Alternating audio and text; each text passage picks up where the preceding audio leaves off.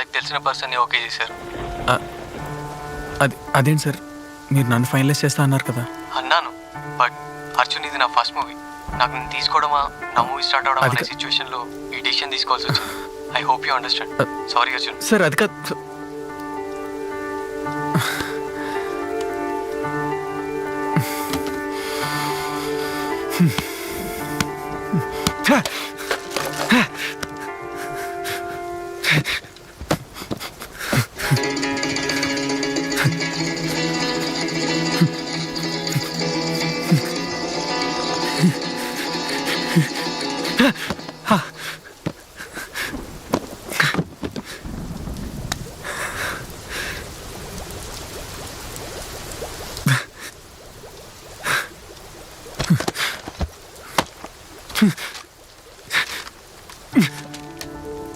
నా లైఫ్ ఎందుకు ఇలా అవుతుంది? నాకే ఎందుకు ఇలా జరుగుతుంది?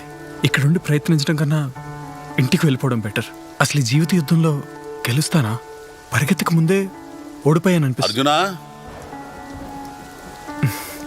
అనిపిస్తుంది. అయినా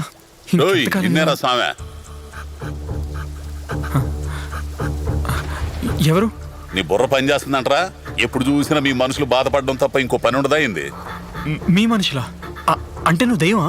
నీకు దెయ్యంతో మాట్లాడేంత సీన్ లేదులేరా స్వామి. దెయ్యం కాదంటే దేవుడువా? నీకోసం ఆయనే రావాలా ఏంది? అసలు ఎవరు నువ్వు? అక్కడెక్కడో కాదా, నీ వెనక చూడ.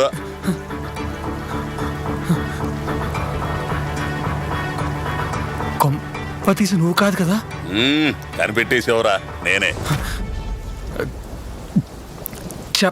చేప మాట్లాడుతుందా? అంటే చేపలు మాట్లాడతాయా? ఇది నిజమేనా? ఇప్పుడు చేపల పాటలు పడతాయా, డాన్స్లు వేస్తాయా, ఏదో లాజిక్స్ పక్కన పెట్టి కంటెంట్ ఫాలో అవురా. సడన్ గా నీకిప్పుడు మనుషులతో మాట్లాడాల్సిన అవసరం వచ్చింది. మనుషులతో కాదు, అర్జున్తో మాట్లాడదామని వచ్చా. అర్జున్? నా పేరు నీకెలా తెలుసు? రోజు నిన్ను ఇక్కడి నుంచి చూస్తున్న వాడిని. నీ పేరు తెలీదంటావా? సమస్త లోకం గురించి నాకు తెలుసు. మరి నీ పేరు అంటే మాలానే నీకు కూడా పేర్లుంటాయా? నిన్నేమని పిలవాలి? నీలాగా పేర్లుండవురా, కానీ పిలుపే కదా. మాధవ సలార్ అని పిలు. సలారా? మొన్న నువ్వు సినిమా చూస్తుంటే చూసా, బాగుంది. నువ్వు కూడా అర్జున్ సలార్ అని పెట్టుకో, బాగుంటుంది. అర్జున్ సలార్? క్రేజీ. అయినా పేర్లేముందిలే గాని, ఎప్పుడూ లేని చాలా కోపంగా ఉన్నావు ఈరోజు. కోపం మీ మనుషుల నాశనానికి కారణమవుతుందని తెలీదా? సర్లే, ఆ మనుషుల బాధలు మీకు చెప్పిన అర్థం కావు. మీదేమన్నా మహాభారతమా? మూసుకొని చెప్పు బే. బేనా? నువ్వు అస్సలు నాకు మర్యాద ఇవ్వట్లేదు తెలుసా? మర్యాదనా? నువ్వేదో కష్టాల్లో ఉండవని నేనొస్తే నన్నే అంటావా? నేను ఒక్క రోజు నీకు ఫుడ్ పెట్టకపోతే నెక్స్ట్ డేకి నువ్వు ఉండవు. నువ్వు నన్ను అంటున్నావా? అసలు మీ మనుషులతో మాట్లాడుతున్నాను చూడు, నాది తప్పు. ఉంటా, బాయ్. ఓకే ఓకే ఓకే, సరే సరే, సారీ ప్లీజ్. అలా రా దారికి. ఇప్పుడు చెప్పు నీ బాధ ఏంటో. నా లైఫ్ నాకు నచ్చట్లేదు. నచ్చని జాబ్ చేయలేక, నచ్చిన పనుల అవకాశాలు రాక, ఏం చేయాలో అర్థం కాక, ఎటెలాలో తెలియక ఇలా రోజు 4 గోడల మధ్య గడిపేస్తున్నాను. ఆపేరా బాబు, ఒక్క దరిద్రం తప్ప ఏం లేదు కానీ ఈ లైఫ్లో. హలో, నా లైఫ్ అంటే నీకు కామెడీ అయిపోయిందా? నీకే టైంకి ఫుడ్ పెడుతున్నా, మంచినీటిలో పెంచుతున్నా, జాలీగానే ఉన్నావుగా? జాలీగానే ఉన్నాను, కానీ ఈ జీవితానికి రావడానికి నేను ఒక యుద్ధమే చేసి వచ్చాను తెలుసా? యుద్ధమా?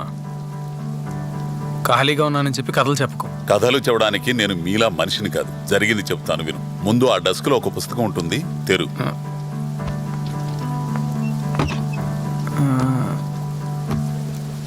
ఇదే కదా? అదే. ఈ బుక్క? ఇది మా ద్రోణగాడు నా బర్త్డేకి నిన్ను దీన్ని కలిపి గిఫ్ట్గా ఇచ్చాడు. అప్పుడేదో పనిలో పడి చూసుకోలే. ఇందుకు ఏముంది ఇందులో? అందులో నా జీవిత కథ ఉంది, చూడు. నీ కథ? అవును. నేను ఒక మురికి కాలువలో పుట్టాను. ఓ, మరి ఎక్కడికి వెళ్ళి వచ్చావు? నీకు కొంచెం తొందర ఎక్కువ కదా. ఓ సరే, మధ్యలో మాట్లాడలే. కంటిన్యూ. మీరు ఉదయం ఉచ్చబోసే దగ్గర నుంచి రాత్రి మళ్ళీ పోసేదాకా అన్నీ ఆ కాలంలో కలిసేవి. అవసరం లేకపోయినా నీళ్లు వాడతారు. ఒక పక్కన వాసన, మరో పక్కన దోమలు. నా జీవితం మర్యాద రామన్న సినిమాలో హీరోలా బయటికి రాలేను, అక్కడే ఉండలేను. నేను సచ్చాక నా సమాధి కూడా ఇక్కడేనని భయమేసేది. ఎలాగైనా సరే నా జీవితాన్ని మార్చుకోవాలనుకున్నాను. తర్వాత నిన్నే తర్వాత ఏమైంది? నేను 12 నెలలు కష్టపడితే 12 లక్షలు సంపాదిస్తున్నా. అలా 30% గవర్నమెంట్కి ఇస్తున్నా అంటే సంవత్సరంలో 4 నెలలు గవర్నమెంట్ సంపాదించేస్తున్నా. అది నా బాధ.